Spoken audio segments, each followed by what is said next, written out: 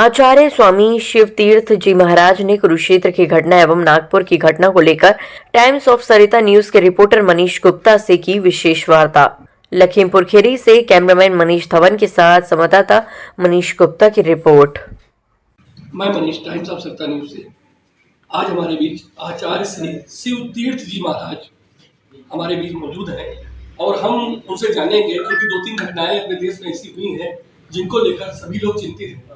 सबसे पहली घटना जो कुरुक्षेत्र में हरिओम बाबा के यहाँ यज्ञ चल रहा था, उसमें कुछ विवाद हुआ, उसके बाद गोली चली, उसको लेकर आपका क्या है? मैं आचार्य स्वामी शिवतीर्थ जी वेद मंदिर लुधियाना पंजाब से। ये जो कुरुक्षेत्र में हरिओम बाबा के यहाँ सहस्त्र चंडी का समायोजन हो रहा था, इसमें अनेक प्रांतों से हमारे वैदिक ब्राह्मण सब एकत्र हुए हैं, जिसमें वृंदावन से भी आए हुए हैं, नैमिषारण्य से भी आए हैं, अयोध्या से भी आए, काशी से भी आए। 2100 ब्राह्मण प्रेजेंट टाइम में वहाँ उपस्थित हैं। जो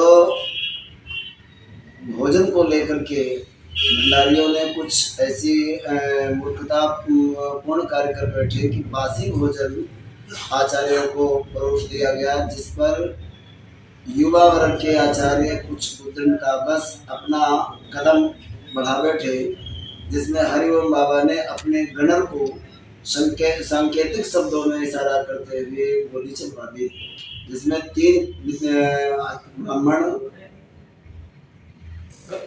मृत्यु को प्राप्त हो गए और 2 ब्राह्मण अस्पताल में मृत्यु के बीच में जूझ रहे हैं, जिनका ट्रीटमेंट चल रहा है। भगवान से प्रार्थना करते हैं कि वो जीवित रहे। क्या लगता है कि कहीं ना कहीं धैर्य की कमी, क्योंकि खाना ऐसी चीज है कि इसको थोड़ा सा वो रख सकते हैं धैर्य, लेकिन नहीं रखा धैर्य। माना कि 5-6 घंटे ब्राह्मणों से मेहनत करने के बाद अगर आप भोजन देते हैं तो शुद्ध दे, एक बार दे। कहीं ना कहीं भोजन में या उनके फलाहार में त्रुटि रही तो हरिओम बाबा जी को गोली न चलने का आदेश न देते हुए अपने भंडारी को, कुठारी को बुला करके इस बात को समझा भी जा सकता था। सभी ब्राह्मणों से विनम्रता पूर्वक, निवेदन पूर्वक अपनी गलती का एहसास करते हुए, स्वीकार करते हुए उनसे निवेदन पूर्वक अगर कहते तो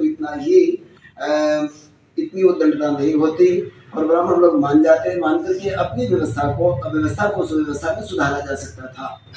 आचार्य जी, इस टाइम अगर वो इस तरह का घिनौना काम करते रहे तो इन ब्राह्मणों को संतों के द्वारा इस तरह के आयोजन होते हैं और संत ब्राह्मणों के द्वारा, आचार्यों के द्वारा किया जाता है।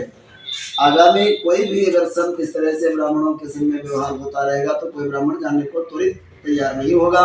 हम हरियाणा सरकार से निवेदन करते हैं कि उचित कदम बढ़ाते हुए और हरिओम बाबा के ऊपर और ब्राह्मणों को सांत्वना देते हुए उचित कार्रवाई करने की कृपा की जाए।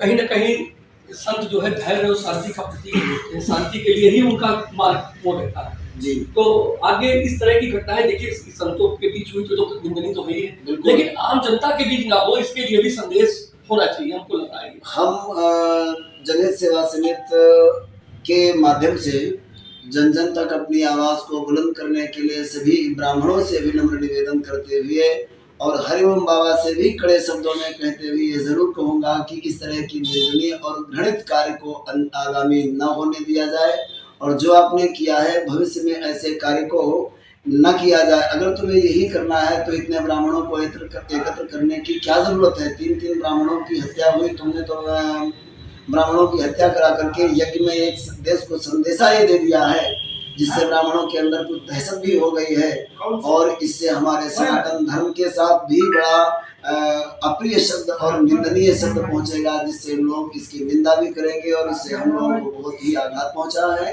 इससे संतों की भी बदनामी होती है और ब्राह्मणों की भी बदनामी होती है। हम निवेदन करेंगे कि ब्राह्मणों को भी सांत्वना देते हुए और जो उनके संग में घटना घटी है उनके संग उचित कार्रवाई की जाए और कार्रवाई के साथ साथ उन्हें उचित मुआवजा दिया जाए।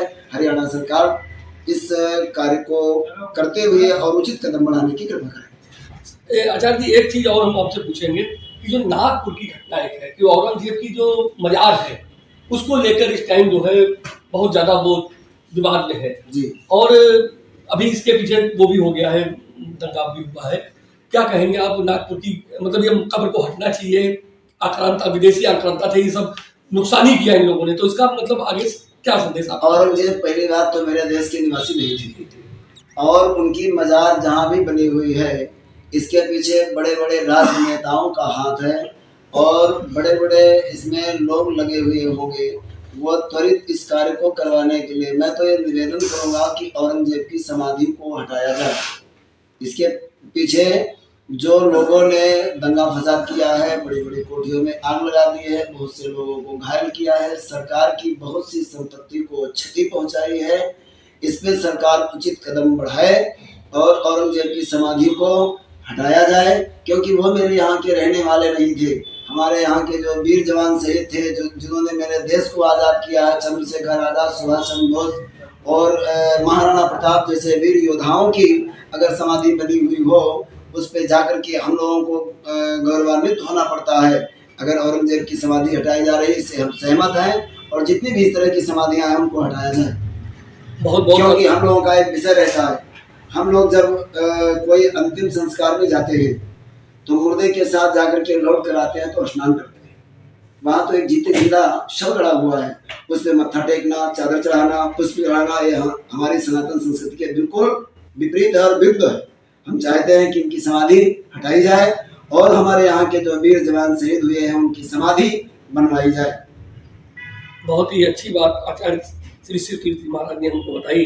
दूसरी बात, जो कुरुक्षेत्र की घटना लेकर उन्होंने जिस तरह से मतलब पूरा विस्तार से बताया है, और इसमें वाकई में धैर्य और शांति की जरूरत थी, जो कि वहाँ देखने को नहीं मिली। आगे से ऐसी कोई घटना नहीं होगी। इन्हीं शब्दों के साथ मैं मनीष, टाइम्स ऑफ सत्ता से